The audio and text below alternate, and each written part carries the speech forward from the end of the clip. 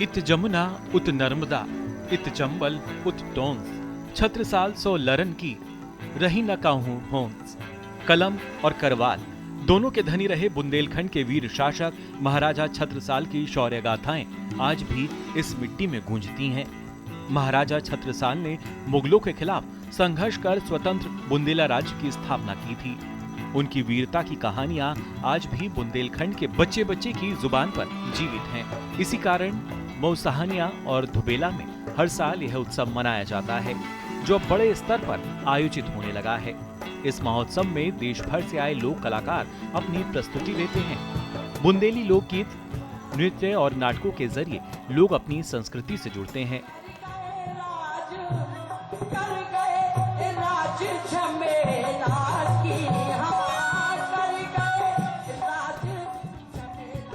कार्यक्रम में बुंदेलखंड की परंपराओं जैसे हरदौल का भात और ऐतिहासिक लोक नाट्यों की प्रस्तुतियां विशेष आकर्षण का केंद्र होती हैं। ये प्रस्तुतियां न केवल मनोरंजन का माध्यम है, बल्कि नई पीढ़ी को अपनी जड़ों, इतिहास और सांस्कृतिक पहचान से जोड़ने का भी महत्वपूर्ण प्रयास है।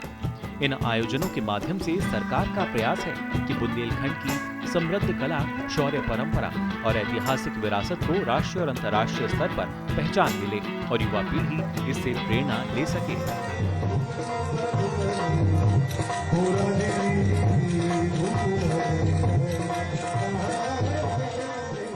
शौर्य, संस्कृति और लोक कला का ये अद्भुत संगम इस बात का प्रमाण है कि भारत अपनी ऐतिहासिक विरासत को संजोने और उन्हें नई ऊर्जा देने के लिए निरंतर सजग है।